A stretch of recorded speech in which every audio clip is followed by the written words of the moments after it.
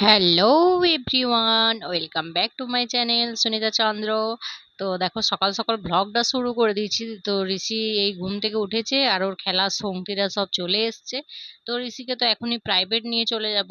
তো ঋষি আজকে যেতে চাইছিল না, যেহেতু এই খেলার সঙ্গীগুলো পেয়ে গেছে। তো ওরা খেলছিল, আমি বললাম চল একবারটি চল, তারপরে চলে আসবো। দিয়ে এসে রান্না বান্না দেখো শুরু করে দিয়েছি। বেশিক্ষণ প্রাইভেটে নিয়ে বসিনি, কারণ পড়ে না তো। তারপর তোমাদেরকে পুজোর মার্কেটিং গুলো দেখাতে বসে গেছি আজকে। সামান্যই কিনি বা বেশিই কিনি, সবাইকে দেখাতে মানে দেখানো আর জিনিস কেনাতে মজাটাই আলাদা। তো যাই হোক, যা যা কিনেছি সব দেখিয়ে দিচ্ছি তোমাদেরকে। ঋষির জন্য আমাদের ঘর থেকে দিয়েছিলাম একটা পাঞ্জাবি, আর এই জামাটা কিন্তু ওর মামা বাড়ি থেকে দিয়েছে, ও দিদুন, ঠিক আছে। তো জামাটা তো দারুণ, কিন্তু ঋষির গায়ে জানি না কিরকম লাগবে, আর বাচ্চা ছেলে তো খুব ময়লা হয়ে যাবে, সাদা জামা তো। আর এটাও দিয়েছি, আমাদের ঘর থেকেই দিয়েছি একটা গেঞ্জি প্যান্ট আর একটা জামা, পাঞ্জাবি আর কি। পাঞ্জাবিটা কিন্তু অনেকদিন আগেই অনলাইন থেকে কিনেছিলাম, মানে পুজোর জন্যই কিনেছিলাম আর কি। আর এগুলো আমরা সামান্য ব্লাউজ ট্লাউজ কিনেছি, আর এটা আমার শাশুড়ি মার শাড়ি নিয়েছি। তো শাড়ির কালারটা আমার এতটাই ভালো লেগেছিল, এটা এক দেখাতেই পছন্দ হয়ে গেছিল। আর এই শাড়িটা কিন্তু আমার জন্য নিয়েছি, আর এই শাড়িটাও নিয়েছি। তো জানি না, আমার শাশুড়ির পছন্দ হয়নি ওই শাড়িটা, তো পাল্টাতেও হবে ওটা। বললো।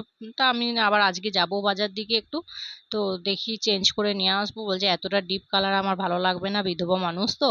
তো সেই কারণে তো এইদিকে দেখো, আপাতত এখন দুপুরের টাইমে খেতে বসে গেছি। মাছের ঝাল দেওয়া করেছিলাম, ফুলকপি আলুর তরকারি করেছিলাম, আর দই তো প্রতিদিনই থাকে, আর ডাল।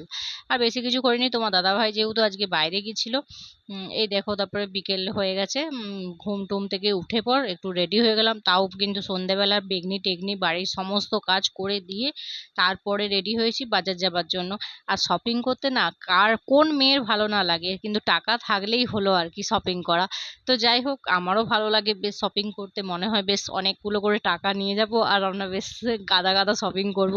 তো যাই হোক, সব তো হয় না, অত টাকাও অত নেই গরিব মানুষের। তো পুজোর টাইমে তো সব কিছুই মনে হয় কিনি। তো যাই হোক, কিনে নেব।